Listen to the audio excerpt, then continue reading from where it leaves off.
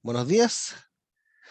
Damos inicio a la clase del día 30 de septiembre. Empecemos recordando lo que hemos visto hasta ahora. Hasta ahora hemos estado viendo movimiento circular. Eso es lo que hemos estado viendo en las últimas 2 semanas.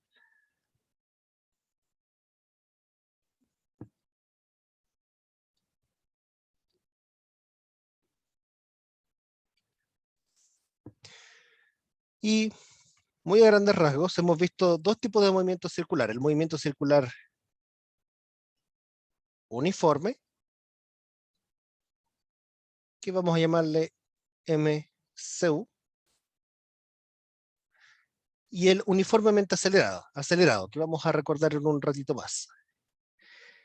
En el movimiento circular uniforme, quiero que ustedes me recuerden primero por qué se llama uniforme. Se llama circular porque la trayectoria es circular, pero ¿por qué se llama uniforme?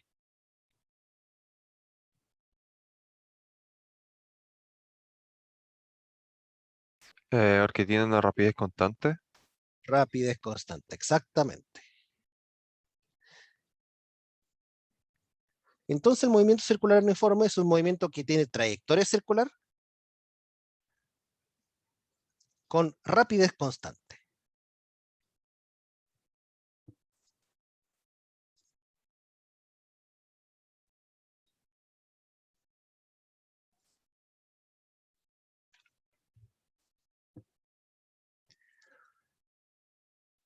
Entonces en este movimiento con rapidez constante uno podía definir algunas cantidades. Por ejemplo, estaba el famoso periodo, que nosotros abreviamos con la letra T mayúscula. ¿Por qué usamos la letra T? Porque es un tiempo al final de cuentas. Y el periodo vendría siendo el tiempo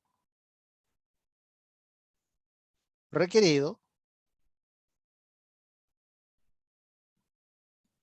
para dar una vuelta.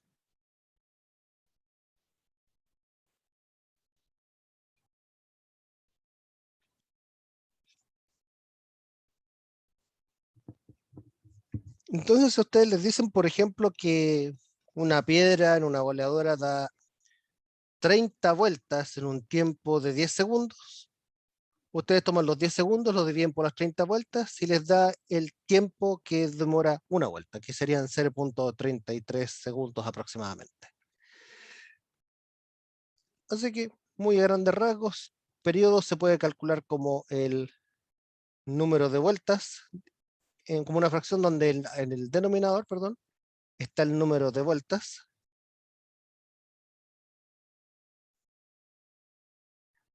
y arriba está el tiempo empleado por esas vueltas.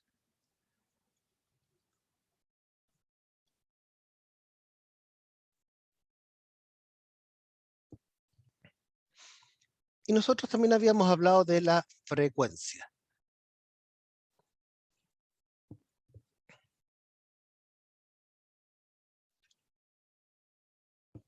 El periodo, como es un tiempo, se mide en segundos y la frecuencia no es otra cosa que el inverso del periodo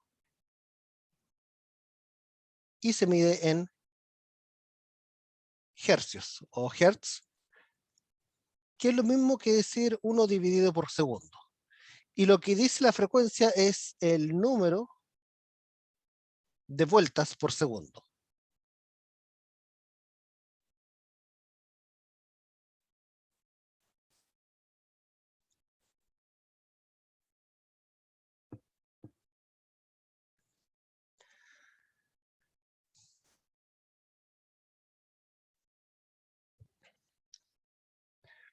Ahora nosotros habíamos hablado también sobre la rapidez tangencial,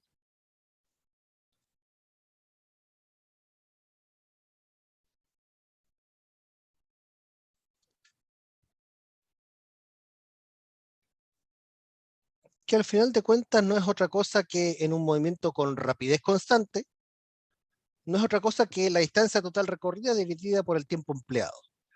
Así que si ustedes tienen, por ejemplo, el tiempo de una vuelta entera, que es el periodo, y ustedes tienen la distancia recorrida de una vuelta entera, que es el perímetro de la circunferencia, 2pi por el radio de la trayectoria, ustedes pueden calcular la rapidez tangencial de esa forma. Ahora, algo que esto no es física, sino que esto es matemática, es el concepto de un ángulo en radianes. Voy a escribirlo más abajo, voy a dejar un espacio aquí porque voy a ocupar después ese espacio.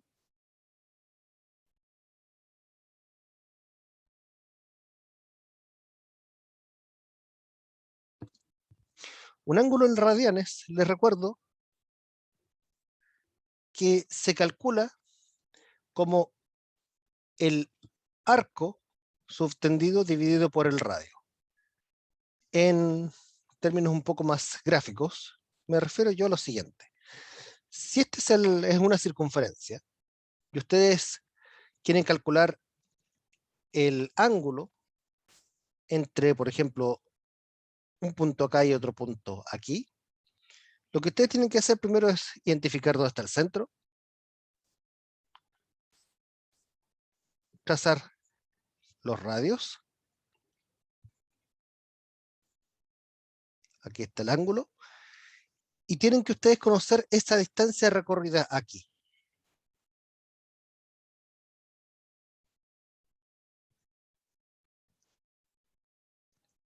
Disculpen, voy a mejorar un poquito la letra.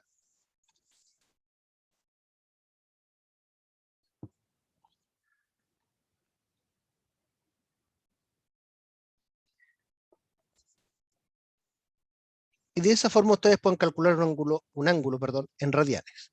Y nosotros habíamos visto que la equivalencia entre grados y radianes es que 2 pi radianes son 360 grados. Ahora, ¿por qué nosotros decíamos esto en términos de la geometría? Porque en ese caso la rapidez tangencial uno también podría escribirla como una distancia dividida por el tiempo empleado, de la misma forma como uno lo hacía en cinemática unidimensional. Pero aquí también aparecía el concepto de velocidad angular. O sea, porque así como uno dice, ¿sabes qué? Distancia dividida por tiempo es una rapidez. Pero a esta distancia angular dividida por el tiempo uno también le podría poner nombre. Eso es lo que se llama velocidad angular.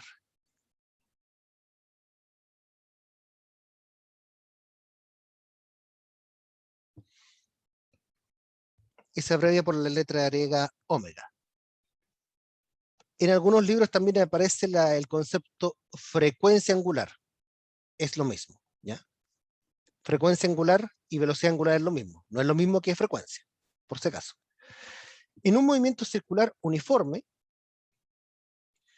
si nosotros conocemos la evolución de una vuelta entera, podríamos nosotros calcular esa velocidad angular como la distancia angular recorrida, que es 2 pi radianes, dividida por el periodo. Si no tenemos la vuelta entera, sino que tenemos una fracción de la vuelta, la velocidad angular se puede calcular entonces como el ángulo recorrido en esa fracción de vuelta, dividido por el tiempo empleado en recorrer esa fracción.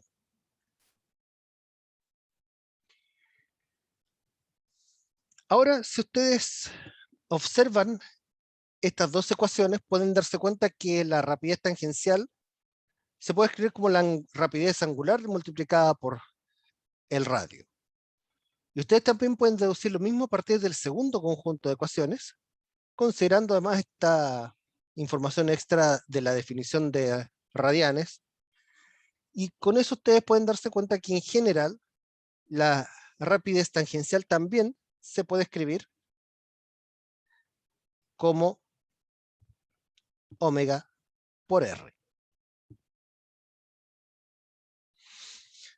Ahora, nosotros aquí decimos que en un movimiento circular uniforme, la rapidez es constante. Pero lo hemos dicho más de alguna vez en clases. Una cosa es que la rapidez sea constante y otra muy diferente es que la velocidad sea constante. La rapidez puede ser la misma. Piensen en un auto en una rotonda, andando a 60 kilómetros por hora. Esa es su rapidez constante.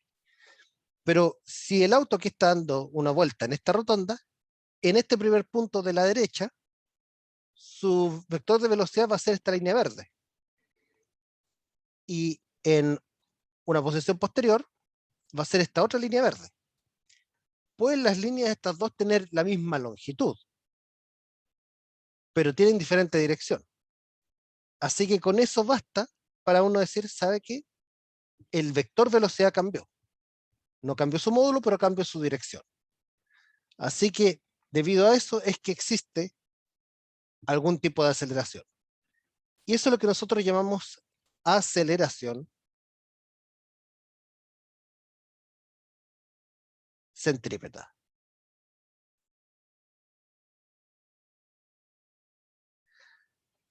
Centrípeta porque centrípeta significa que apunta hacia el centro. ¿Ya? Y la aceleración centrípeta lo que hace es que da cuenta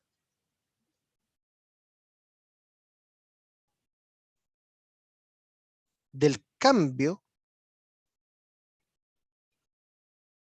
en la dirección del vector velocidad.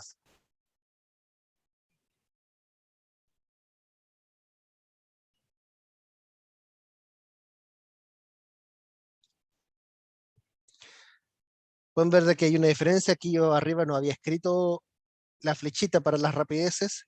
Acá para la velocidad sí le pongo la flecha. Ahora, ¿cómo uno calcula esa aceleración centrípeta? La aceleración centrípeta uno puede demostrar mediante varias formas de cálculo matemático, usando geometría como esta en la diapositivas o usando cálculo derivadas, si ustedes también si las conocen, cualquiera de las dos. Uno podría demostrar que la aceleración centrípeta tiene un módulo igual a la rapidez tangencial al cuadrado dividido por el radio de la trayectoria. Ahora, ustedes recordarán aquí que la rapidez tangencial es igual a la rapidez angular por el radio. Así que si ustedes reemplazan la velocidad, la rapidez tangencial aquí por omega r, también ustedes van a poder obtener que la rapidez, perdón, que la aceleración centrípeta se puede escribir como omega cuadrado por r. Pueden usar cualquiera de las dos, la que les acomode. Ahora, este es el módulo. La dirección del vector de aceleración centrípeta es hacia el centro del círculo. Así que el vector A sub C apunta hacia el centro de la trayectoria.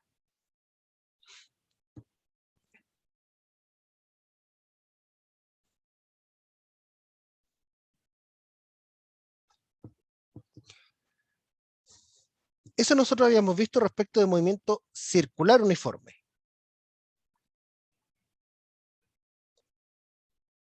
Ahora, no es el único movimiento circular que habíamos visto.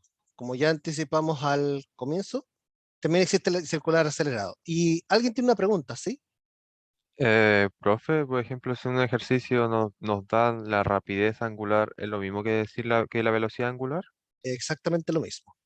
Ah, que vi Tal, con un ejercicio parecido.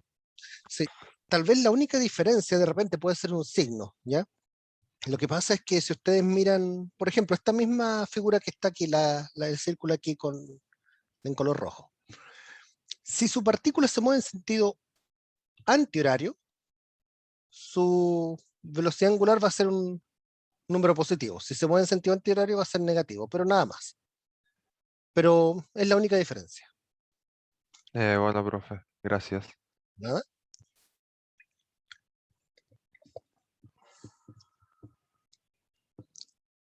Ahora nosotros, como habíamos hablado, existe también el movimiento circular acelerado. Me refiero con una aceleración diferente a esta. Y la verdad es que existen muchos tipos de movimiento circular acelerado, pero aquí nosotros nos centramos en uno, en el uniformemente acelerado.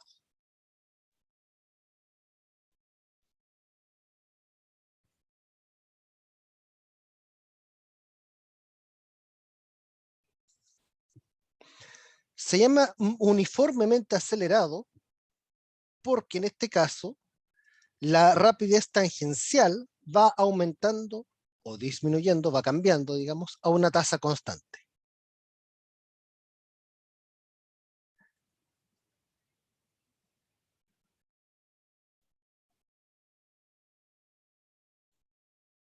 Cambia a tasa constante.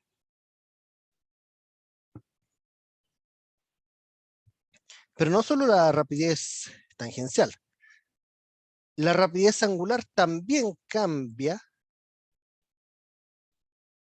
a tasa constante.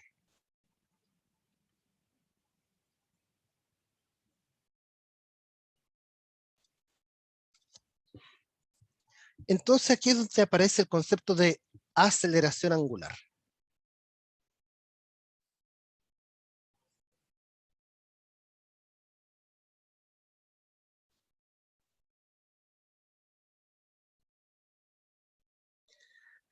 La aceleración angular vendría siendo algo muy similar a cómo ustedes definieron una aceleración en un movimiento rectilíneo uniforme, pero no con la rapidez ni con la velocidad, sino que con la velocidad angular. La aceleración angular se abrevia con la letra griega alfa y corresponde al cambio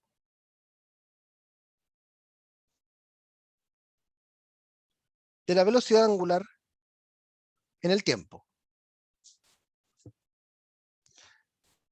Así que cuando el movimiento es uniformemente acelerado, o mejor dicho, en un movimiento circular uniformemente acelerado, esta aceleración angular se puede calcular, en lugar de usar derivadas, se puede calcular como una cantidad media. Vale decir, como el cambio en la velocidad angular dividido por el tiempo empleado para que ocurriese dicho cambio. Entonces ustedes pueden ocupar esto. Ahora, cuando ustedes vean después el curso de ecuaciones diferenciales, van a entender que hay varias ecuaciones muy similares que salen de cualquier cosa que cambie de esta forma, que se defina como un d omega de t cuando alfa es constante, por ejemplo. ¿A qué me refiero? Que ustedes van a encontrarse, por ejemplo, con cosas de este estilo.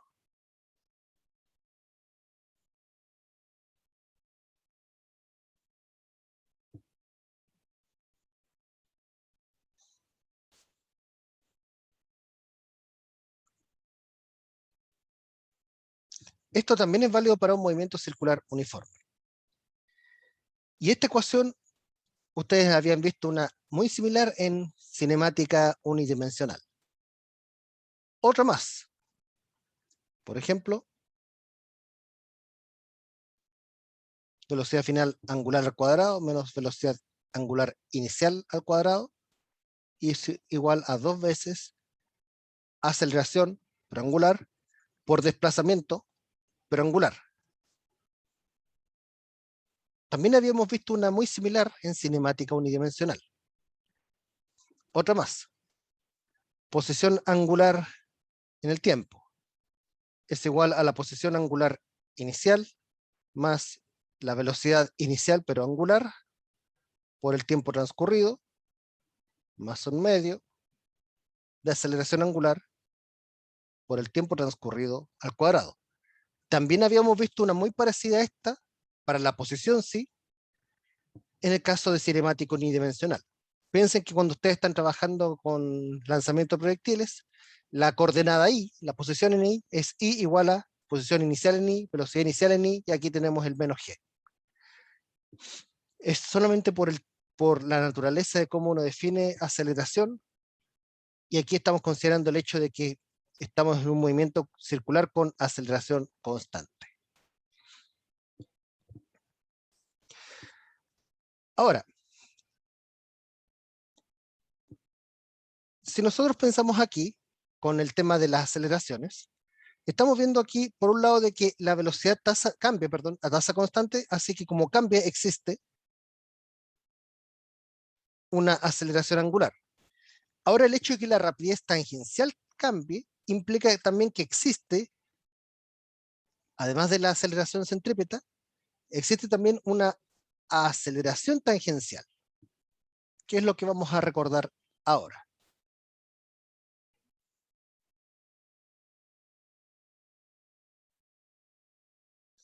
La aceleración tangencial, como su nombre lo dice, es tangente a la trayectoria. O sea, no apunta hacia el centro, sino que apunta tangente al círculo.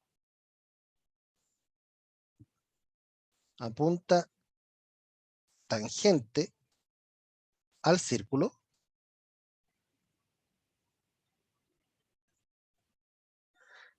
Y da cuenta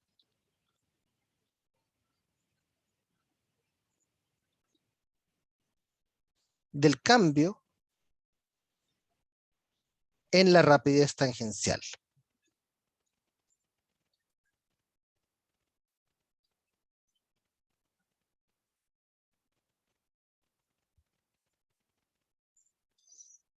Así que en otras palabras, cuando el vector de velocidad cambia, el cambio de dirección está cuantificado a través de la aceleración centrípeta. Y el cambio de su magnitud está cuantificado a través de la aceleración tangencial. ¿Cómo calculamos esa aceleración tangencial? El módulo de la aceleración tangencial se puede calcular de varias formas. Una de ellas es tomando la aceleración angular y multiplicándola por el radio. ¿Sí? Esa es la forma más simple, cuando ustedes ya tienen alfa, por ejemplo. Otra forma. Si ustedes tienen la rapidez tangencial en dos tiempos, en un tiempo final y en un tiempo inicial, pueden también calcularla así. Muy parecido a como uno calculaba en el caso cinemático unidimensional.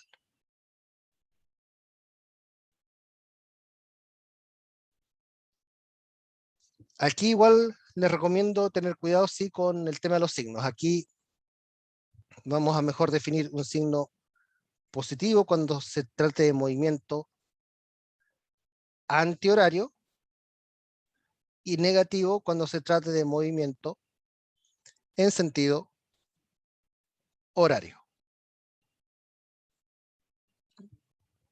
¿Ya?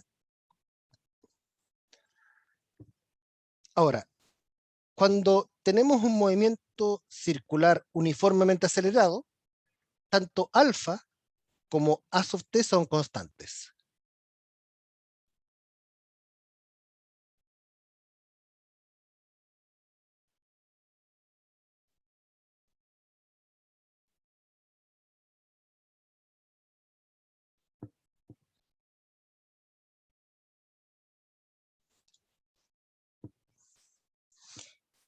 Entonces las mismas ecuaciones también que habíamos visto para la cinemática unidimensional, también algunas pueden ser aplicadas aquí, pero a lo largo del arco circular. Por ejemplo, que la rapidez tangencial final puede ser igual a la rapidez tangencial inicial más la aceleración tangencial por el tiempo empleado. O también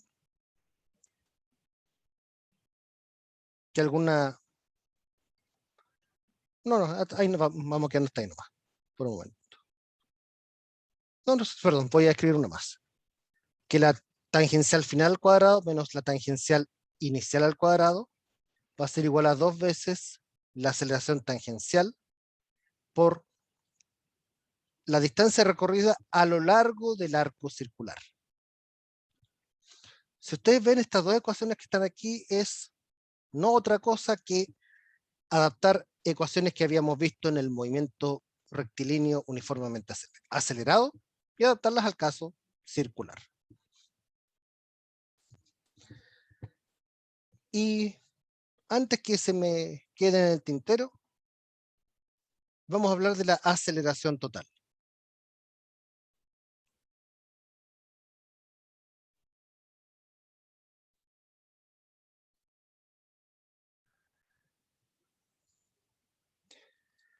Resulta que en un movimiento con aceleración constante,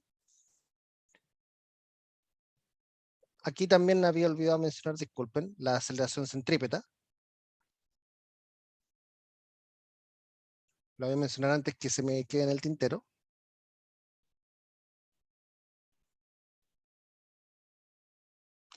La aceleración centrípeta, en un movimiento con aceleración angular constante, eso sí se mantiene igual que en el circular uniforme.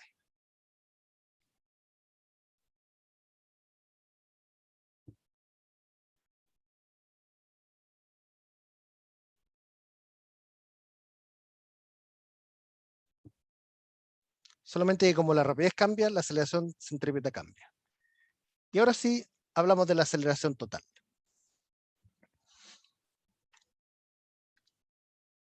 Voy a ir nuevamente al círculo. Y nosotros decíamos que debido a, por ejemplo, la aceleración tangencial, ustedes aquí pueden tener un vector de aceleración tangencial. Para arriba y para abajo, dependiendo para dónde esté acelerando. Por un lado, eso por un lado, pero por otro lado, ustedes también tienen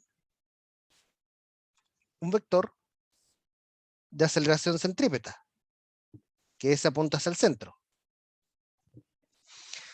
Ahora, naturalmente, la aceleración centrípeta apuntando hacia el centro, la tangencial apuntando tangente, valga la redundancia, estos dos vectores forman un ángulo recto. Así que si yo sumo ambos vectores, voy a obtener un vector de aceleración total. Voy a llamarle simplemente A. ¿Ya?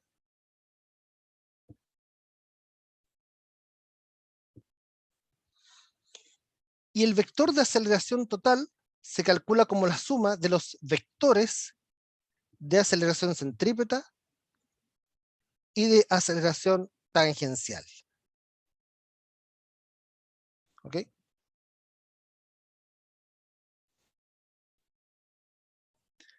Aquí voy a cambiar estas a minúsculas por si acaso, pero solamente por un tema de estética, nada más.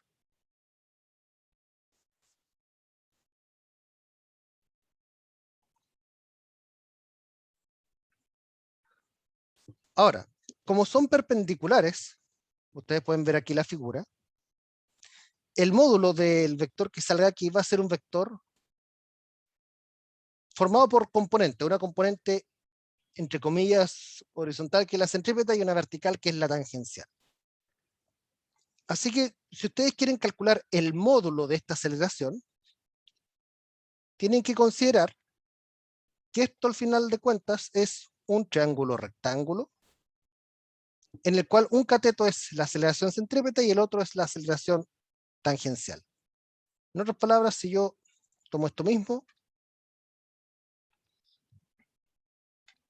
lo ordeno bien aquí, y tomo este vectorcito de aquí y lo muevo,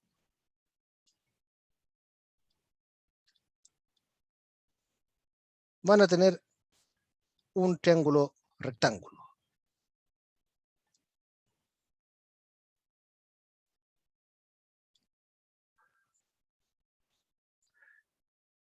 Y bueno, ahí ustedes ya pueden calcular bien cuánto vale el módulo. Ahí ustedes simplemente usan Pitágoras. Y eso justifica el por qué nosotros aquí podemos decir que el módulo de la aceleración total es igual al módulo de la aceleración centrípeta al cuadrado más el módulo de la aceleración tangencial al cuadrado.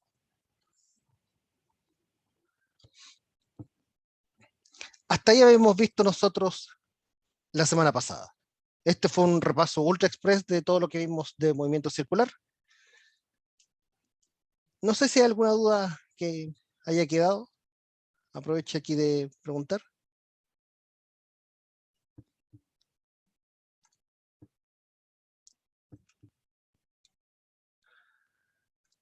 Nosotros habíamos visto aquí cinemática del movimiento circular, pero en ningún momento hablamos sobre las causas del movimiento circular, que es lo que vamos a comenzar hoy. Hoy vamos a hablar acerca de la dinámica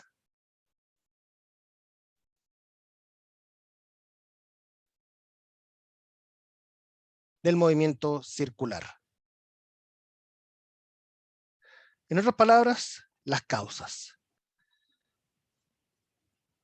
Ahora, en palabras sencillas, la dinámica del movimiento circular consiste en aplicar las leyes de Newton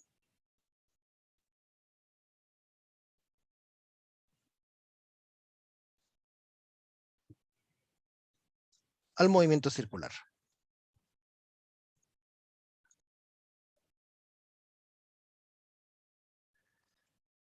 No es otra cosa que eso. En el fondo, la famosa ecuación fuerza neta igual a masa por aceleración, pero en este caso aplicado tanto al caso tangencial como al caso radial o centrípeto.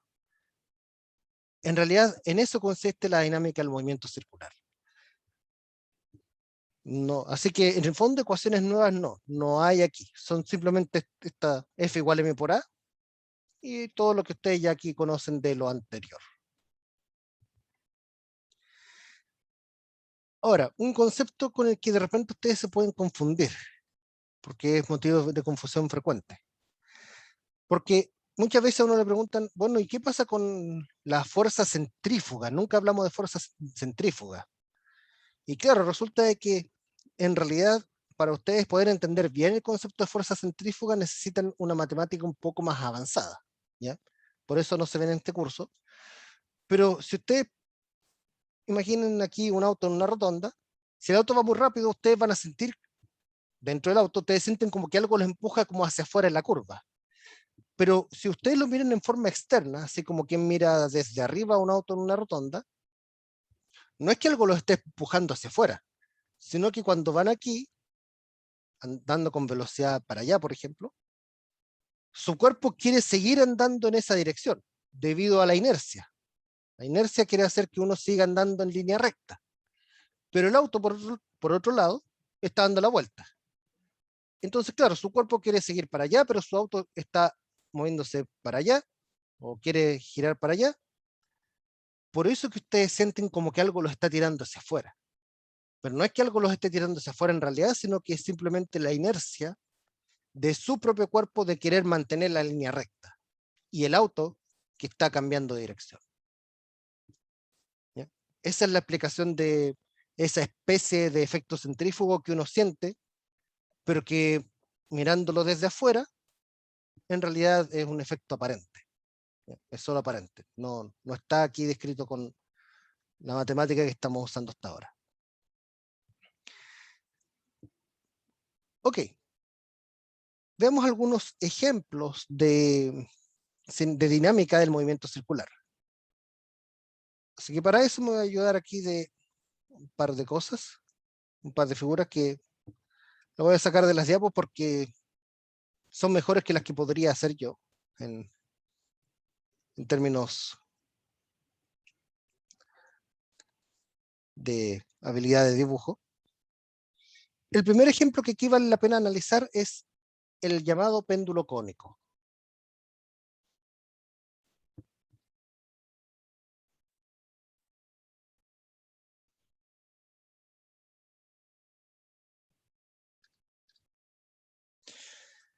El péndulo cónico es un péndulo, valga la redundancia, pero en el cual el objeto que está siendo colgado se encuentra moviéndose a lo largo de un círculo.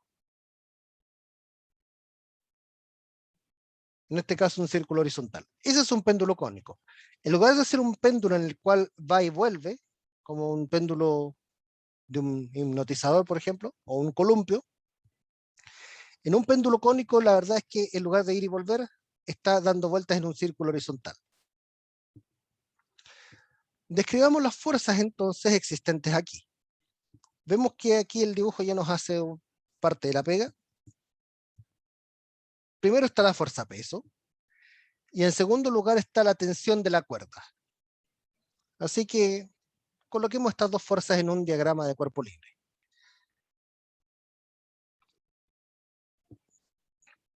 Fuerza peso para abajo. Tensión de la cuerda en diagonal.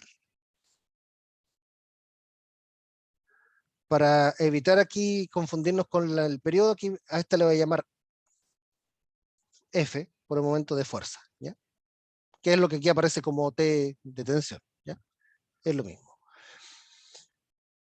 Aquí se marca el ángulo con la vertical.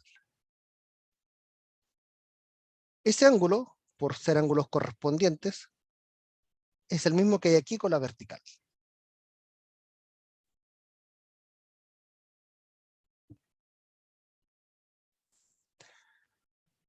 Y no hay más fuerzas. Nos dan el radio de la trayectoria, nos dan la longitud de la cuerda. Así que ahora es momento de escribir, o de dibujar, mejor dicho, los ejes coordenados. Y aquí les recomiendo que pongan atención, porque es común que uno, por ejemplo, en un diagrama de cuerpo libre, de un plano inclinado, uno coloque el sistema de ejes inclinado también por un tema de comodidad. Ahora, ¿por qué era que en un plano inclinado nosotros dábamos vuelta a los ejes? ¿Por qué era que nosotros girábamos los ejes coordenados? ¿Recuerdan por qué?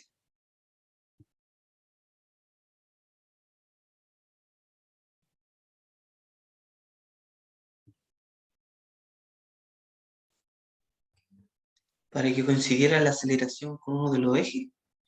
Exactamente, para que él considera la aceleración con uno de los ejes. Ahora, esto mismo a ustedes les va a dar una pauta. Esa misma expresión de que la aceleración coincida con uno de los ejes. Si ustedes aquí están con su partícula moviéndose en un círculo, la aceleración centrípeta va a apuntar hacia el centro del círculo.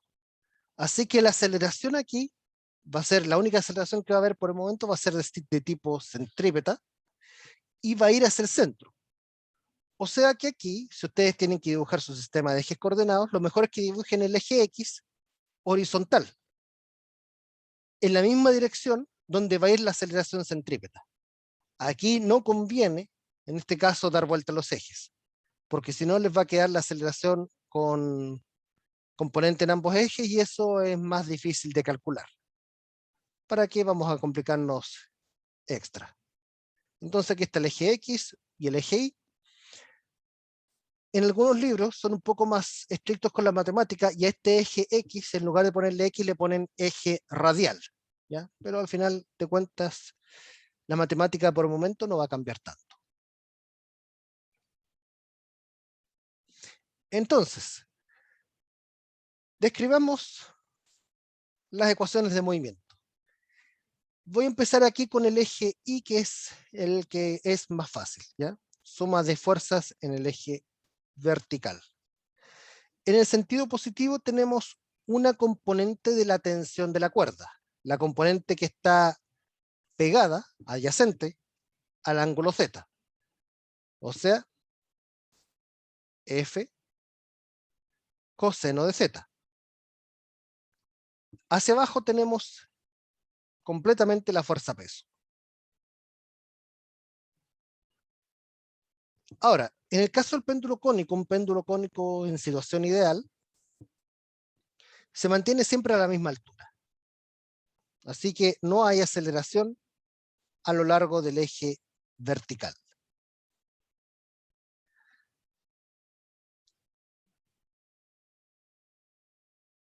Vamos ahora con la suma de fuerzas en el eje que en este caso vendría siendo nuestro eje radial, La única componente aquí, pero la única fuerza, perdón, que tiene componentes radiales vendría siendo la tensión de la cuerda. F por seno de Z.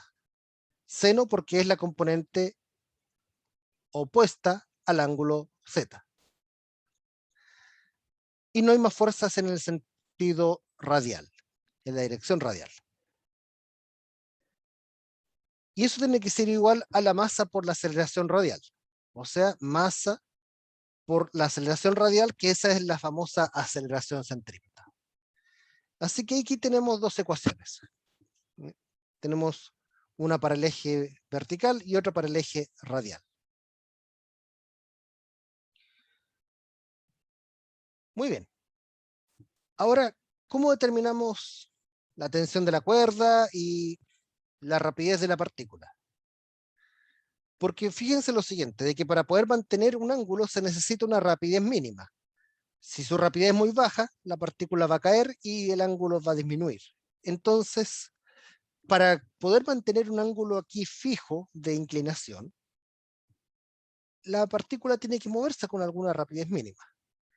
Entonces aquí es donde tenemos que empezar a mezclar con otras ecuaciones. Por ejemplo, voy a centrar aquí esto solamente para que quepa. Podemos considerar el hecho de que la aceleración centrípeta se puede escribir como la rapidez al cuadrado dividido por el radio de la trayectoria. Entonces, si nosotros combinamos estas tres ecuaciones, ¿qué vamos a obtener? En primer lugar,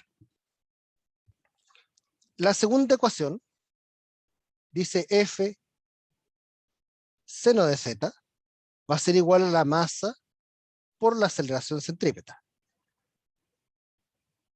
Pero ahora sabemos que la aceleración centrípeta es igual a la rapidez tangencial al cuadrado dividida por el radio. Muy bien, pero ¿de dónde voy a sacar la fuerza? Aquí voy a llamar esta ecuación 1, ecuación 2 y ecuación 3. Desde la ecuación 2 tenemos eso, introducimos el resultado de la ecuación 3 aquí, pero ahora ¿de dónde sacamos la fuerza? La fuerza, la tensión de la cuerda. Para eso usamos la ecuación 1. Piensen que de la ecuación 1 podemos despejar F. Mandan mg para el otro lado, dividen por coseno.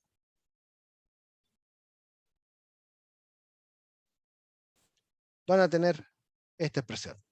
Así que, si nosotros ahora incluimos el resultado de la ecuación 1 aquí, en lugar de F vamos a escribir esto. mg dividido por coseno de z, y todo eso va a estar multiplicado entonces por seno de z. Es igual a m b cuadrado sobre r.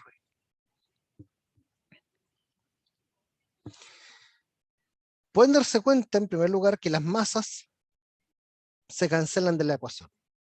Así que, al menos para el tema de la rapidez tangencial, da lo mismo si ustedes están colgando una manzana, una sandía o un camión. Lo que cambia sí es qué tan fuerte tiene que ser la cuerda, pero no cambia la rapidez. Seno dividido por coseno, ¿cuánto es? La tangente. Tangente.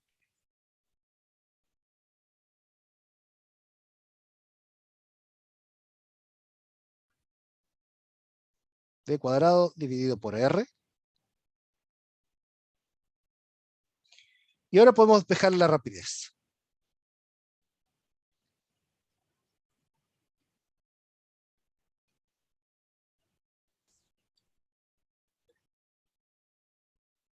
Y ahí está. GR por tangente de Z. Así que esa es la rapidez que ustedes tienen que tener en su péndulo cónico si ustedes quieren mantener un ángulo constante Z entre la cuerda y la vertical. Ahora, aquí ustedes pueden sacar un dato adicional de que el ángulo Z se puede calcular en términos del radio de la trayectoria y la longitud de la cuerda. Eso es un dato adicional.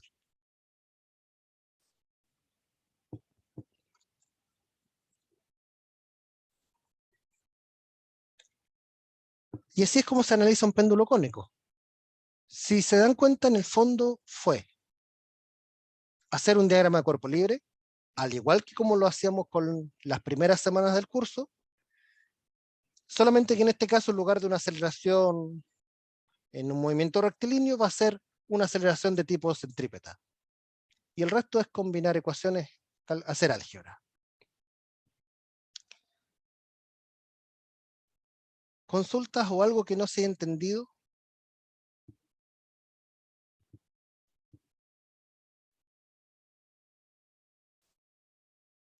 Profesor, ¿Sí? en la parte de las ecuaciones yo tengo que colocar fuerza, no tensión. Mm, la verdad es que aquí es por un tema de para evitar confusión, nomás que lo hice, pero ahí ustedes son libres.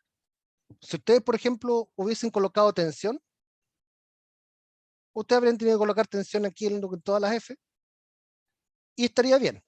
Lo que pasa es que aquí yo no coloqué tensión porque la tensión se abrevia con la letra T y no quería que nos confundiéramos con la T de periodo que habíamos hablado hace poco. ¿Ya?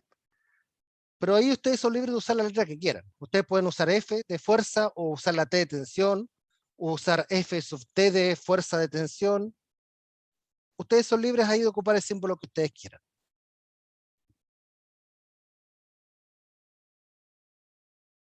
Lo importante es que ustedes tengan claro que aquí lo que están ustedes refiriéndose es la tensión de la cuerda. Profe, ¿Sí?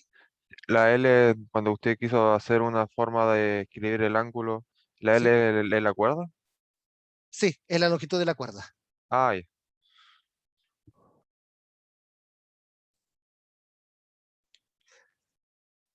Ok, analicemos un segundo caso. Antes de analizar el segundo caso, no sé si hay alguna otra consulta que haya quedado en el aire.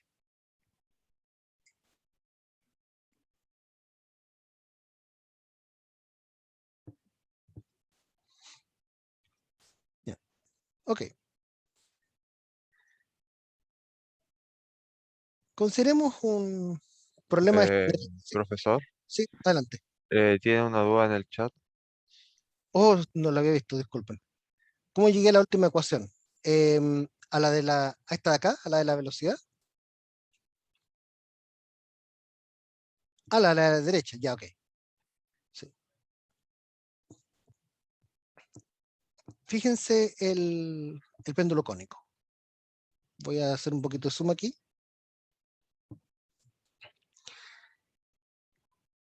Ustedes podrán darse cuenta que aquí ustedes tienen un triángulo rectángulo entre el radio de la trayectoria, esta distancia vertical y la longitud de la cuerda. ¿Ya? Lo que hice aquí fue hacer ese mismo triángulo.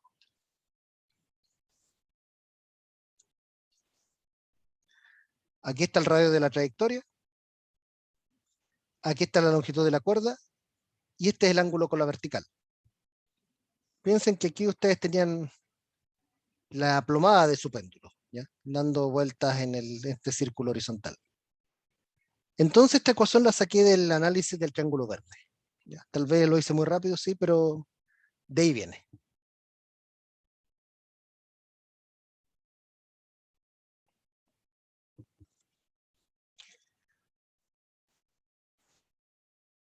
Por nada. Vamos entonces con otro ejemplo. Vamos, un ejemplo que es clásico, que tiene que ver con un automóvil dando una vuelta en una curva.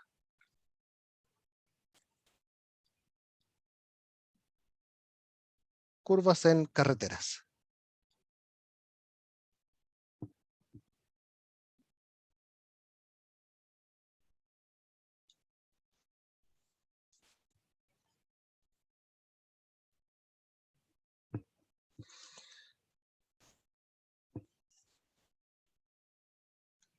Imaginen la siguiente situación. Voy a aquí intentar, no creo que voy a volver a tomar una figura prestada de las diapositivas porque con certeza si yo dibujo un auto no va a quedar bien.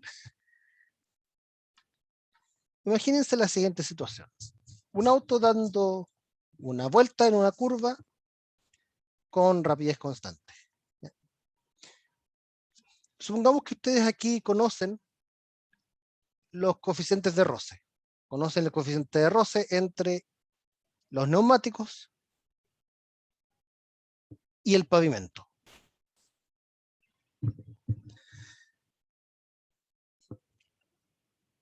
Primera pregunta. ¿Qué tipo de roce sería y por qué? ¿O en qué condiciones? ¿Cinético? ¿Estático? ¿Cuándo sería uno? ¿Cuándo sería el otro? Estático, ¿Por qué sería estático? porque eso le permite no salir del camino. Bien.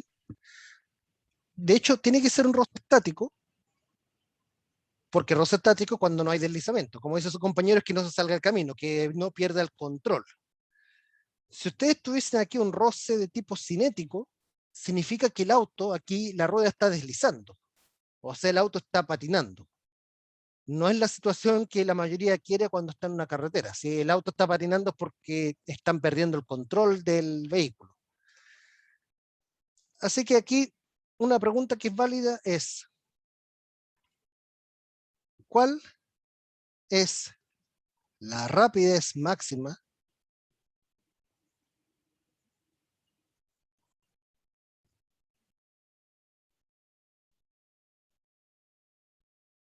del automóvil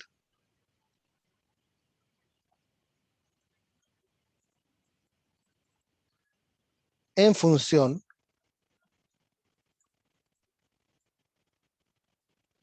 del radio de la curva y del coeficiente roce estático, de modo que no se pierda el control?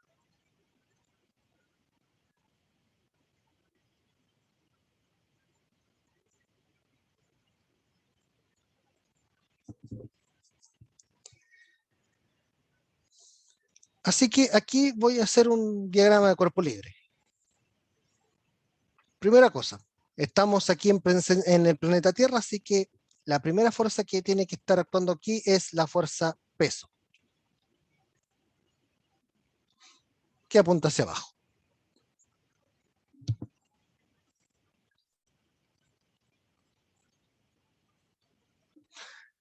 Por otro lado, el auto no se está hundiendo en el pavimento. El pavimento es duro, así que el auto no se hunde.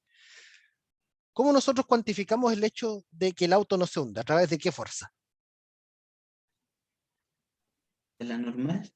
La normal, efectivamente. La fuerza normal. Si nosotros aquí seguimos el mismo patrón del dibujo, ¿ya?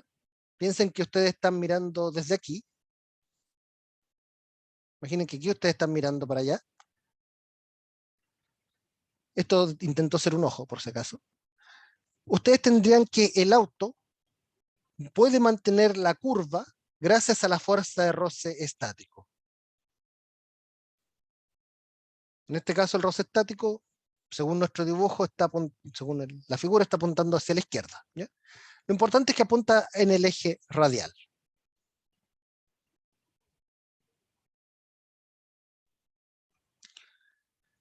Y por el momento no tengo más fuerzas.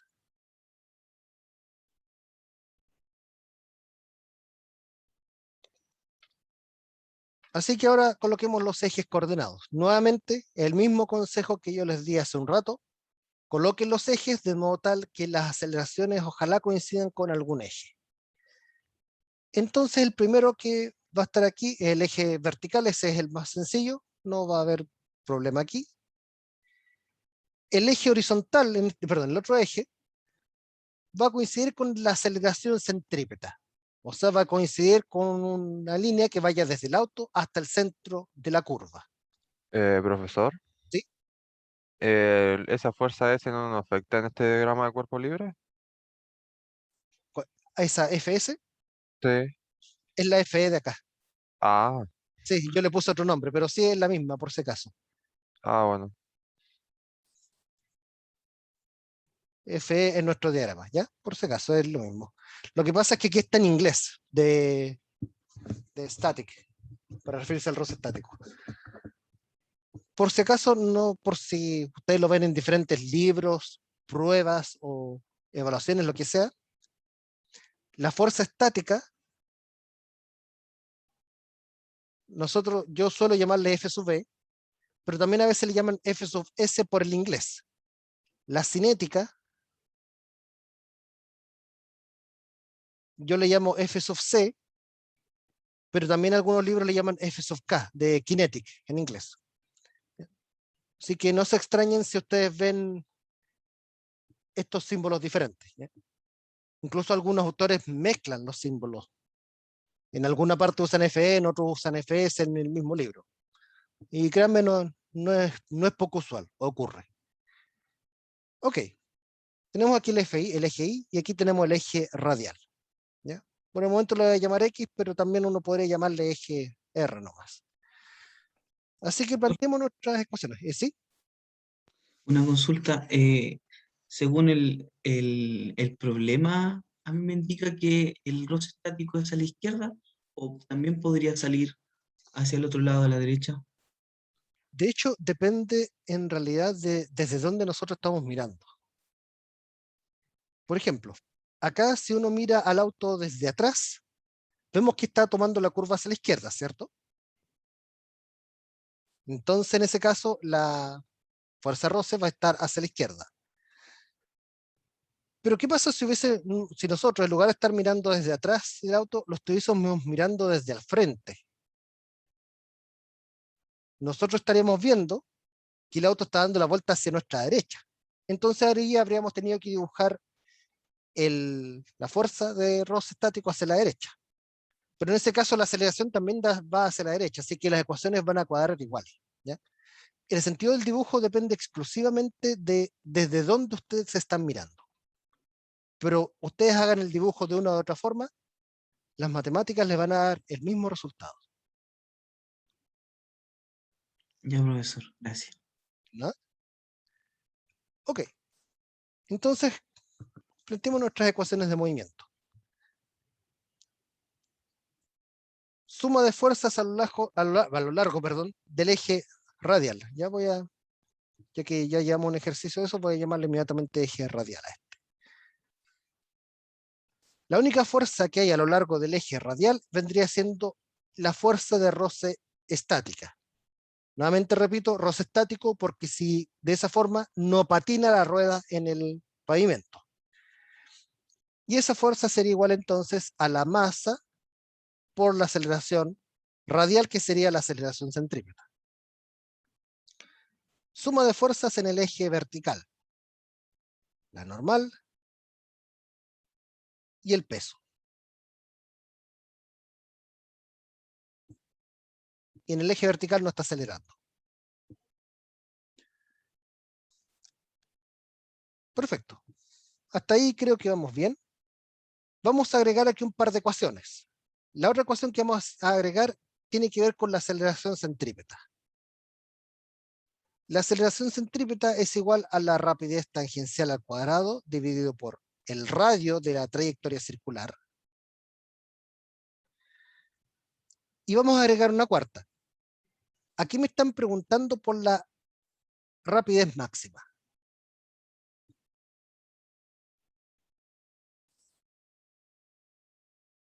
Si yo estoy en el régimen de rapidez máxima, ¿qué puedo decir yo?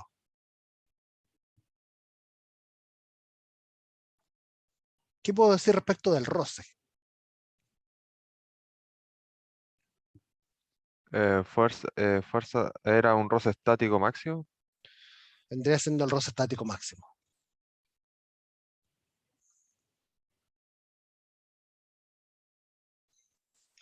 Porque estamos hablando de que si el auto acelera a una rapidez levemente mayor, ya va a perder el control. ¿Y cuánto era el roce estático máximo? ¿Lo recuerdan? U estático por la normal. Muy estático por la normal, exactamente. Así que estas son las 4 ecuaciones que vamos a tener por ahora.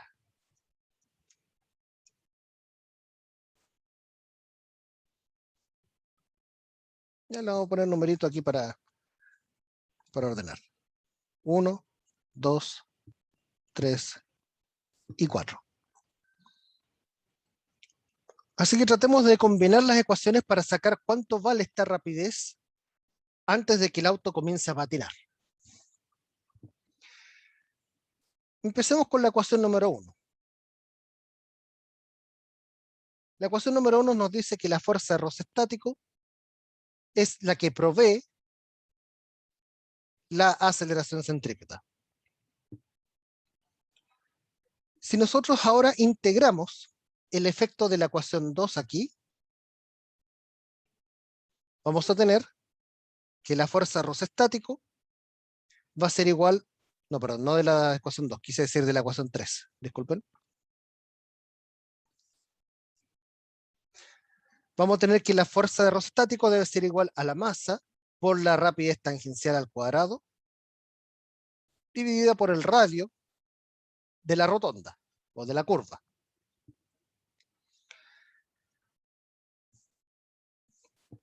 Y ahora vamos a introducir el hecho que estamos en la situación límite, o sea, ecuación número 4. La fuerza de roce estática pasa a estar al límite, o sea, pasa a ser coeficiente estático de roce por la normal.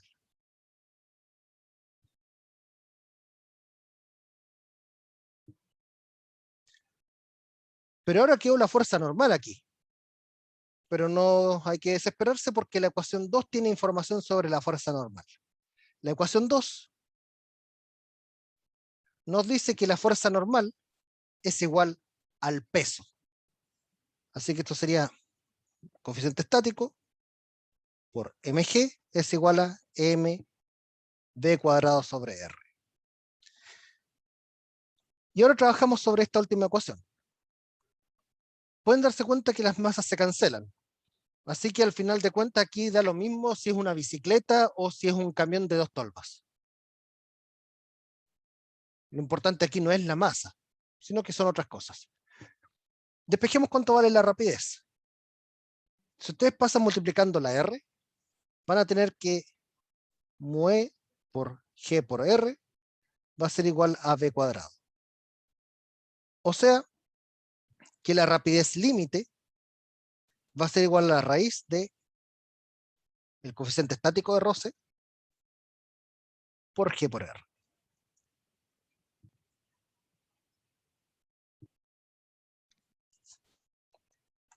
Entonces, ¿de qué depende esto? Obviamente que depende del número g, así que no da lo mismo si ustedes están en la Tierra o están en la Luna. Depende del radio de la trayectoria. Y aquí ustedes pueden darse cuenta de un fenómeno. Les hago una pregunta. Si una curva es cerrada, ¿el radio de esa curva es mayor o menor?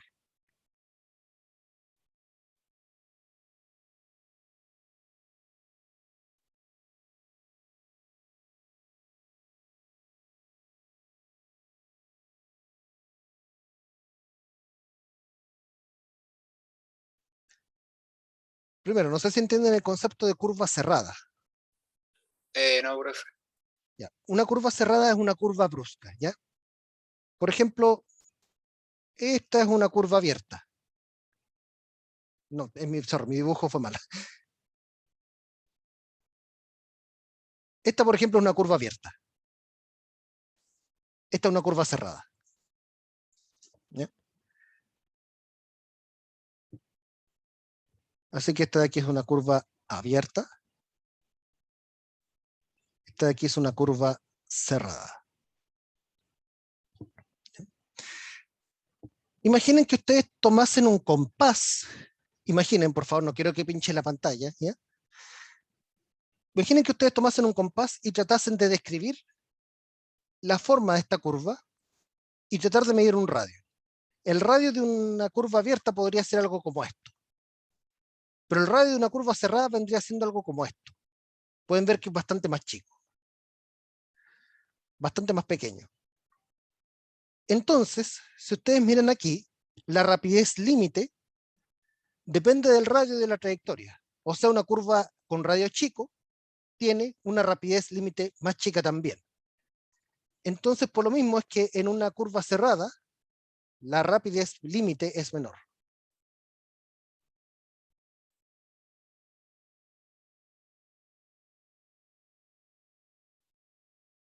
En otras palabras, es más fácil patinar.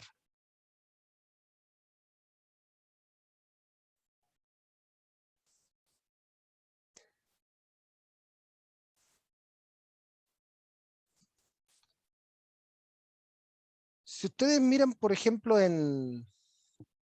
¿cómo se llama? En la carretera, de repente van a ver ustedes una señalética de esta forma.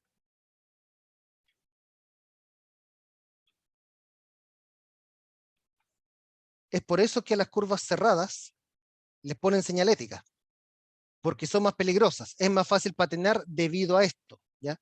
No es que simplemente a alguien de la dirección del tránsito se le ocurrió colocar este símbolo porque lo encontró bonito, sino que se ponen las señaléticas en curvas cerradas inesperadas, porque si el conductor no se da cuenta, podría no bajar la velocidad cuando corresponde y en lugar de dar vuelta podría terminar patinando, ¿ya?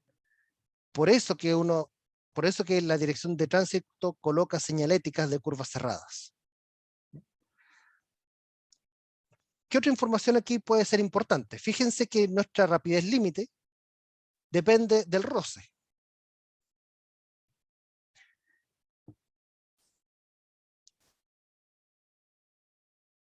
A menor coeficiente de roce estático, la rapidez límite es menor. Menor rapidez límite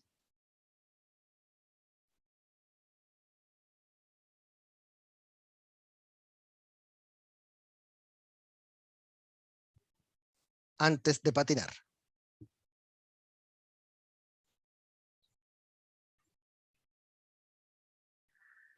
Por eso que en los veranos siempre se ven las noticias que están los carabineros fiscalizando, los carabineros o alguna otra autoridad asociada, que están fiscalizando que, por ejemplo, los neumáticos de los buses en los terminales de buses estén en buenas condiciones.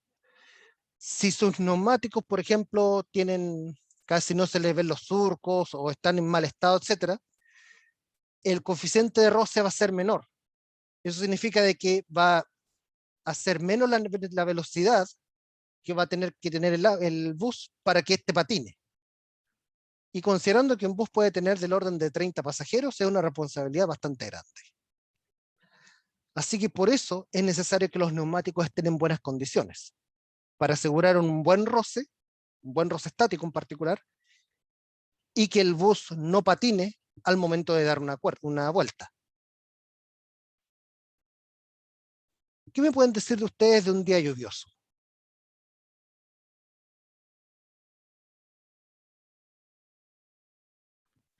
Patina más rápido. Patina más rápido, claro. Y patina más rápido porque resulta que el coeficiente de roce entre un neumático mojado y el pavimento mojado es bastante menor que entre el neumático seco y el pavimento seco. Esa es la razón de por qué hay que tener mucho cuidado cuando se conduce en lluvia y más todavía en situación de lluvia y con mucho frío, donde más encima se te puede congelar la pista. Así que aquí, cuidado con los días lluviosos.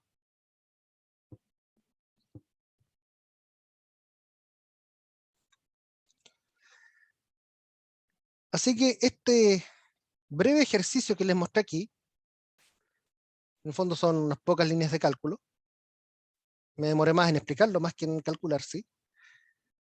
pueden darse cuenta de que ya les hace entender a ustedes un par de cosas. El primero, el por qué hay que tener cuidado con las curvas cerradas. Porque una curva cerrada tiene un menor radio de curvatura. O sea, es más fácil patinar en una curva cerrada que en una curva abierta. En la curva abierta era esta de acá. Y por otro lado, esto también nos dice por qué los neumáticos tienen que estar en buenas condiciones y por qué hay que tener cuidado los días lluviosos. ¿Ya? Porque si no es fácil perder el control del auto y tener un accidente con consecuencias lamentables.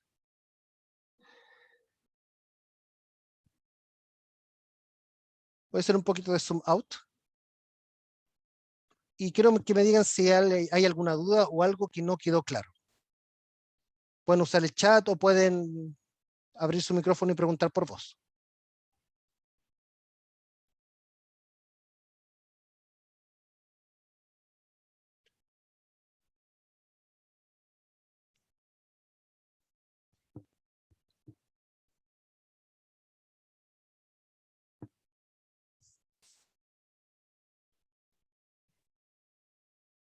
Profe, yo tengo una duda. Adelante. Con el tema de la prueba, sí, va a entrar toda la materia de ahora y del control anterior, ¿cierto? Para la prueba. O, ¿O para, solo movimiento circular? o para el control. Para el control va a entrar el movimiento circular. Sí, para el control va a entrar movimiento circular. Para la prueba puede entrar todo lo que está antes. O sea, en el fondo lo de los primeros dos controles. Ah, ya. Y además también va a entrar trabajo y energía. Piensen que el control, la idea de los controles, es evaluar etapas intermedias del aprendizaje. Entonces, la idea es que, por ejemplo, si ustedes en el control les va bien, dicen, ah, ok, voy aprendiendo bien. Si en el control de ahora no les va bien, eso a ustedes también les va a decir, ok, tengo que ponerme al día con la materia del movimiento circular.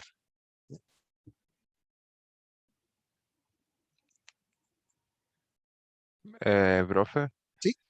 respecto a eso, igual le iba a preguntar, por ejemplo, en el campus, ahí sale el temario respecto a los controles y pruebas, pero no necesariamente va a ser esa materia, sino que también tenemos que ver la materia que ya hemos visto de las primeras semanas. A ver, déjenme revisar bien cómo está configurado el campus.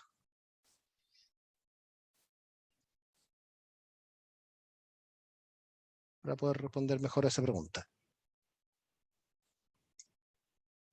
Que parece que el control era segundo control era de la semana 4 a las 6 y la prueba de la 4 a las 8, parece. Ah, no, sí, está bien. Sí, mira, lo que pasa es que efectivamente por un tema de... A ver, déjame mirar bien. Ah, sí, mira, lo que pasa es que efectivamente en la prueba 1 aparece las semanas 4 a las 8. En otras palabras, aparecen como descartadas las primeras 3 semanas, porque en realidad se va a ir a preocupar más de evaluarse lo que es cinemática y dinámica circular, movimiento armónico simple, y lo que vamos a ver después de energía, ¿ya? Ahora, ¿por qué es que no están incluidas las 3 primeras semanas? Por lo siguiente, piensen que todo lo que es las primeras 3 semanas eran leyes de Newton y movimiento con aceleración constante, que es lo mismo que ustedes vieron en fundamentos ya. Así que eso técnicamente ya fue evaluado y por lo tanto ustedes ya para poder seguir en la materia siguiente, ustedes ya deberían saberlo bien, ¿ya? Así que claro, nosotros no les vamos a evaluar específicamente eso, pero ustedes deben saberlo bien si quieren entender lo que viene después. ¿Ya? Es por eso. Bueno, profe, gracias por responder la duda. ¿Ya?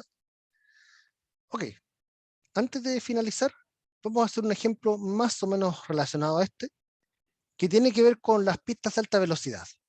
¿Ya?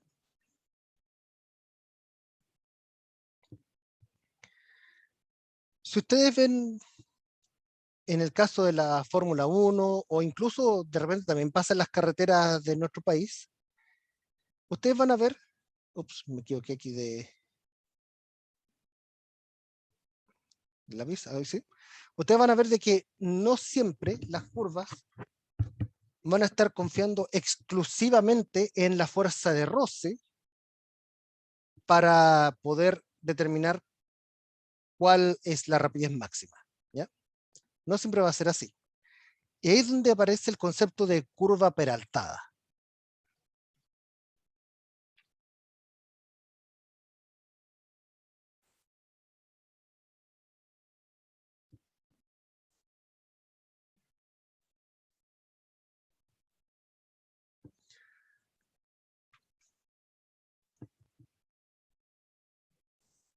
Una curva peraltada no es otra cosa que esto. O sea, una curva en la cual hay una cierta inclinación del pavimento. La idea de esa inclinación es ayudarles a ustedes, cuando van conduciendo, a no patinar. De modo de que no tengan que recurrir exclusivamente a la fuerza de roce para no perder el control del automóvil. ¿Ya? Esa es la idea de una curva peraltada. Y peralte se le llama al hecho de que el pavimento está levantado. A ese ángulo beta que está aquí a veces también se le llama ángulo de peralte. Entonces, consideremos el mismo problema que está aquí en la diapo, que dice así. Un auto de 1500 kilogramos toma una curva de 35 metros de radio. ¿Ya? Si el coeficiente roce estático entre los neumáticos y el suelo es de 0,5, calcular la rapidez máxima para que no derrape hacia arriba en la curva, o sea, para que no salga volando, que es lo que nos preocupa en una curva, considerando que el ángulo de peralte es de 10 grados. Aquí la figura está exagerada, pero es para que se entienda mejor. Así que veamos las fuerzas que están involucradas. Primero, planeta Tierra, sí que estamos en presencia de la fuerza peso. En segundo lugar, la fuerza normal. Solo que en este caso, la fuerza normal va a estar inclinada, porque en este caso va en esa dirección.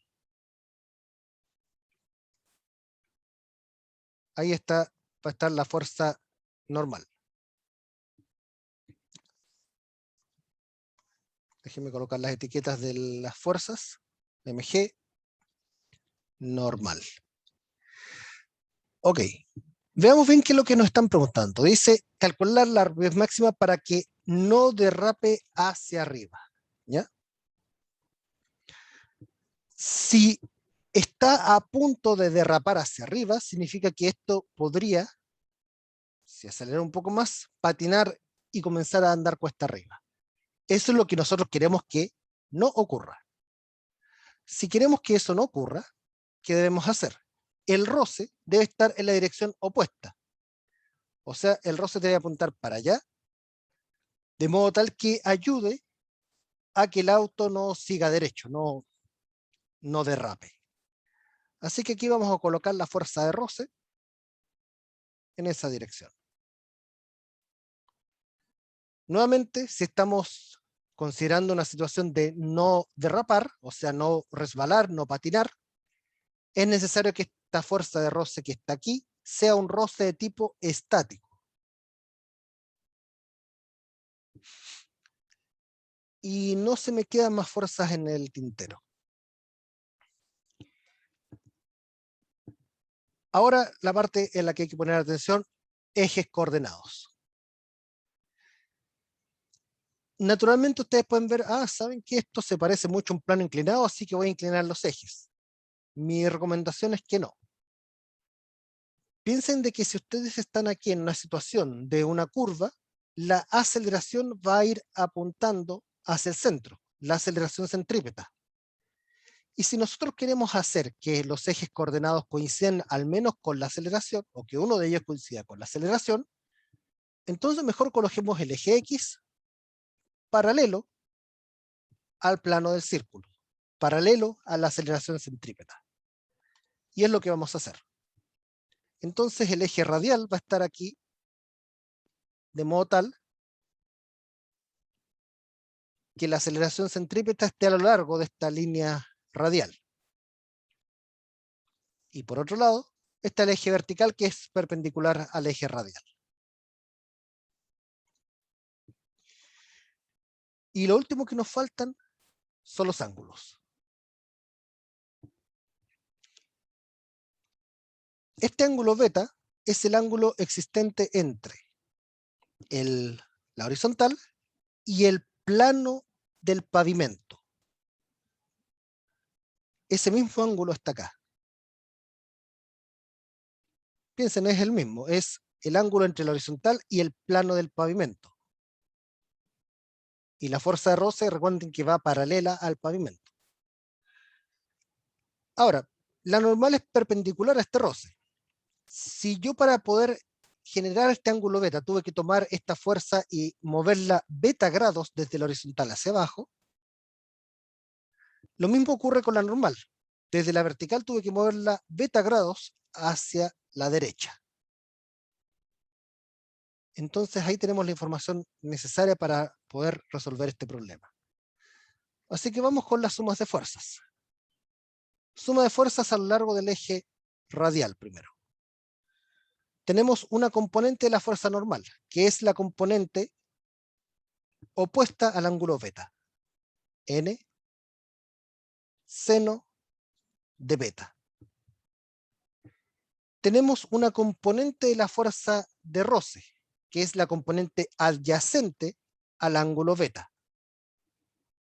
Y en este caso va en la misma dirección que el eje radial.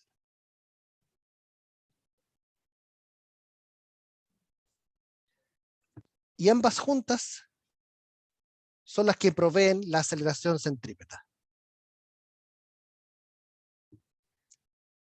Vamos ahora. Profesor, ¿Sí? ¿Ese roce estático no sería negativo? En este caso en particular no. En este caso en particular no, por lo siguiente.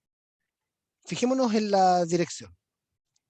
La dirección a lo largo de la dirección horizontal, ¿sí? ¿Ya? En la horizontal, la fuerza de roce en este caso tiende a ir en la misma dirección que la aceleración centrípeta. Tiende a ir hacia la derecha en este caso. Y la aceleración centrípeta va hacia la derecha en este caso. Por eso que nos va negativo ahora. ¿Ya? Ahora, complementando la pregunta de su compañero, va a estar aquí cuando calculemos el eje, la suma de fuerzas a lo largo de la vertical. Porque tenemos una componente de la normal que va hacia arriba y es la componente adyacente al ángulo beta. Pero ahora el roce sí va a ser negativo. Va a contribuir en forma negativa, porque pueden ver de que aquí el roce tiende a apuntar hacia abajo. Entonces, mientras la normal va para arriba, en el eje vertical, el roce en la vertical va hacia abajo. En esta ecuación sí va a ser negativo el roce. Y en particular la componente que aporta con la parte vertical aquí es la componente que está opuesta al ángulo beta. O sea, la que tiene la función seno. Y no nos olvidemos de la fuerza peso, que también va hacia abajo. Que a lo largo del eje vertical, nuestro vehículo no está acelerando. No se está hundiendo en el pavimento ni está resbalando para abajo. Ok. Entonces aquí tenemos primera ecuación, segunda ecuación. Hay dos ecuaciones adicionales que aquí nosotros podemos ocupar. La primera, la aceleración centrípeta. Recuerden que la aceleración centrípeta es la rapidez tangencial al cuadrado dividida por el radio de la trayectoria circular. Y la cuarta tiene que ver con la situación límite, que estamos pidiendo aquí que no derrape. O sea, estamos considerando de que la fuerza de roce estático está llegando a su valor máximo, que es igual al coeficiente de roce estático por la normal. Así que ahora combinemos todo esto.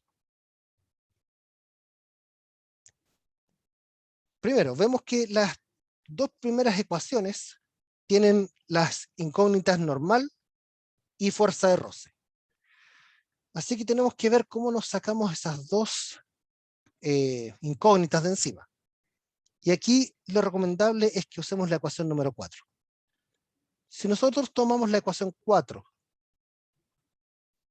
y la insertamos en la ecuación número 1 y en la ecuación número 2, vamos a obtener lo siguiente. En la ecuación número 1 vamos a tener normal por seno de beta más fuerza de roce estático. Pero si estamos en el régimen de que está a punto de derrapar, ese roce estático va a ser igual a coeficiente de roce estático por la normal, la ecuación 4.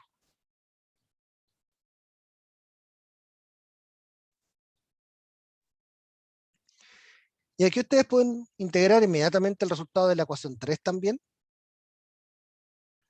Y en lugar de escribir AC, escriben M por rapidez al cuadrado sobre R.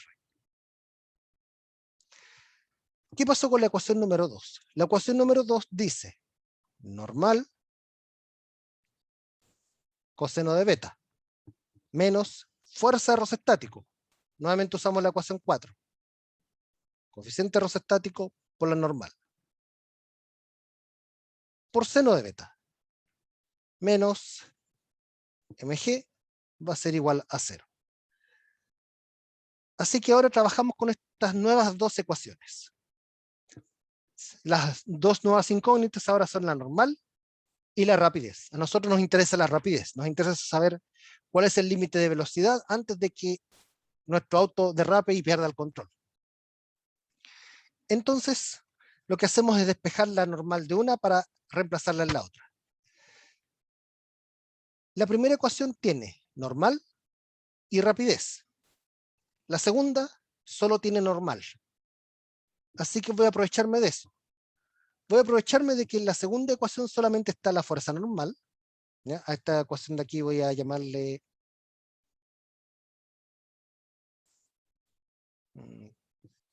5, voy a llamarle ecuación 5.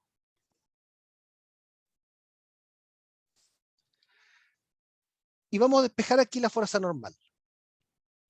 Mandemos a un lado primero todo lo que tiene la normal.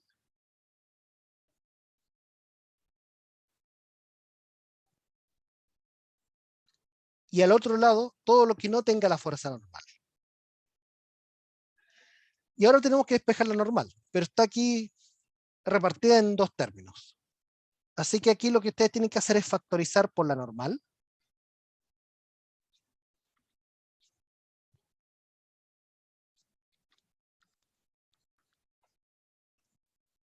Y les queda esto. Bueno, todo lo que está en el paréntesis está molestando a la normal, la está multiplicando. Pasamos todo el paréntesis dividiendo. Y tenemos que la normal debe ser el módulo igual a mg dividido por coseno de beta menos coeficiente estático de roce seno de beta.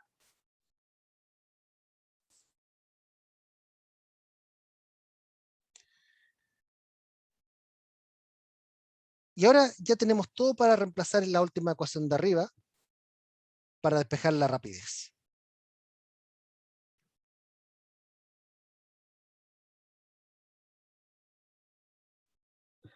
A esa ecuación voy a llamarle 6. Y lo voy a escribir primero tal cual. N seno de beta más coeficiente estático normal coseno de beta es igual a masa rapidez al cuadrado dividido por R. Aquí solo por un tema de comodidad voy a factorizar igual por la normal en el lado izquierdo.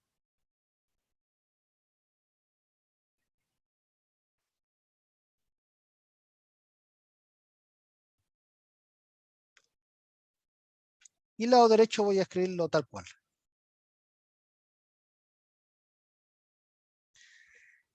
Y ahora reemplazamos lo que encontramos aquí de la normal. Por eso igual factoricé por la normal para no tener que escribirlo dos veces. ¿Ya? Y si hay que hacer cálculos numéricos es mucho más fácil también cuando está factorizado. Entonces, en lugar de escribir normal, vamos a escribir lo que encontramos aquí arriba.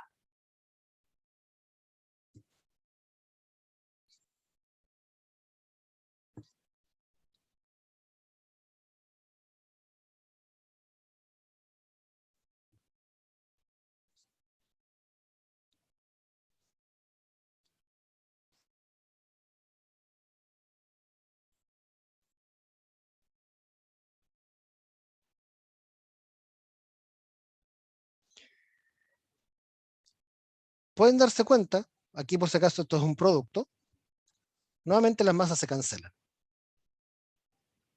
Así que da lo mismo si es una bici, si es un transbordador espacial, un camión o un auto. La masa aquí no importa, importa más el ángulo del peralte e importa el coeficiente de roce y el radio de curvatura de la curva. Así que ahora tomamos esta R y la pasamos multiplicando para el otro lado, porque era lo que nos faltaba para poder despejar aquí la rapidez. Entonces tenemos G, la M se canceló con la de acá, pasamos la R, seno de beta más coeficiente de roce estático, coseno de beta. Todo eso dividido por coseno de beta menos coeficiente de roce estático, seno de beta. Y eso va a ser igual a la rapidez tangencial al cuadrado. Así que ahora lo último que falta es sacar raíz cuadrada y con eso tenemos que la rapidez máxima que puede adoptar el auto antes de que comience a resbalar sería esto pero bajo raíz.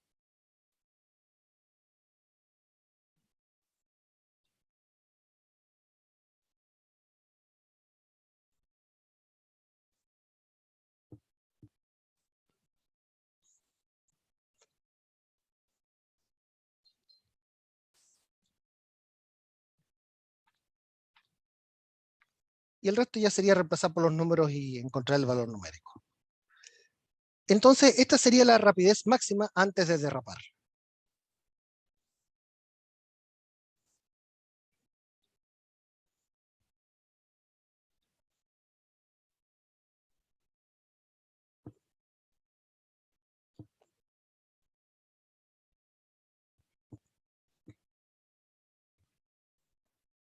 Profesor, ¿Sí?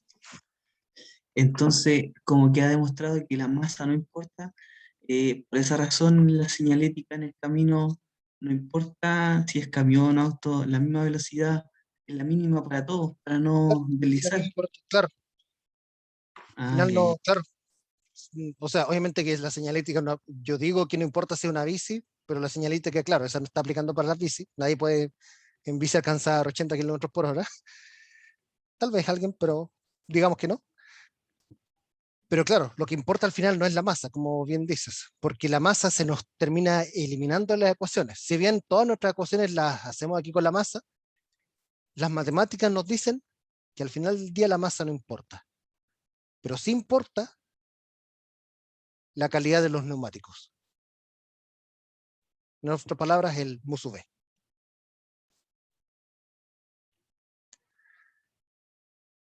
¿Consultas o algo que no se ha entendido de la física o de la matemática? Profe, ¿Sí? este ejemplo que estábamos haciendo, todos estos cálculos, ¿esto lo sacó dependiendo de cómo es el ejercicio o normalmente cuando nos pillemos con un ejercicio de curva peraltada va a terminar así? Un poco una mezcla de ambos. Resulta de que primero el mismo contexto les va a decir a ustedes cómo tienen que plantear digamos, los vectores en su diagrama de cuerpo libre. ¿Ya? Por ejemplo, si aquí les piden, ¿saben? Esto es para que no derrape hacia arriba. Yo sé de que el auto está a punto de resbalar cuesta arriba. El roce entonces tiene que ir hacia abajo. ¿Ya? Así es como uno sabe, por ejemplo, que el roce aquí en este ejercicio va hacia abajo y no va hacia arriba, por ejemplo. Y el resto ya es hacer el análisis de este diagrama de cuerpo libre, que son las ecuaciones que están aquí, y el resto ya es álgebra. ¿Cuándo el, Bueno, profe. ¿Cuándo el ejemplo podría haber dado diferente? Supongamos que ustedes no lo hubiesen dado esto. No hay roce. Entonces estas dos fuerzas aquí no habrían estado. ¿Ya? Entonces por eso les digo, más que aprenderse como la forma, mejor traten como de entender el por qué las ecuaciones y por qué el diagrama de cuerpo libre se hace así y por qué es que las ecuaciones se hacen así. De esa forma ustedes después van a poder enfrentarse a cualquier situación de este estilo y van a saber cómo resolverla. Bueno, profe, ahí me respondió mi duda. ¿Alguna otra consulta o algo antes de finalizar? Profe, Sí. cuando hagamos el diagrama de cuerpo libre, lo más recomendable es dejar el ACE paralelo al eje X, la Sí, aceleración centrípeta. es lo más recomendable. En general, para problemas varios, traten que ojalá las aceleraciones siempre les queden montadas sobre alguno de los ejes coordenados. En este caso nosotros hacemos, como bien dices, que la aceleración centrípeta quede montada en el eje X. En un plano inclinado, uno hacía que la aceleración a lo largo del plano estuviese montada en un eje. Entonces sí, traten de que ojalá las aceleraciones ya les cuadren con alguno de los ejes coordenados. Eso facilita mucho más los cálculos. De igual forma que en el péndulo. De igual forma que en el péndulo. En el péndulo nosotros hicimos lo mismo. La aceleración centrípeta está horizontal, entonces dejamos el eje X horizontal aquí. No lo dimos vuelta, por lo mismo.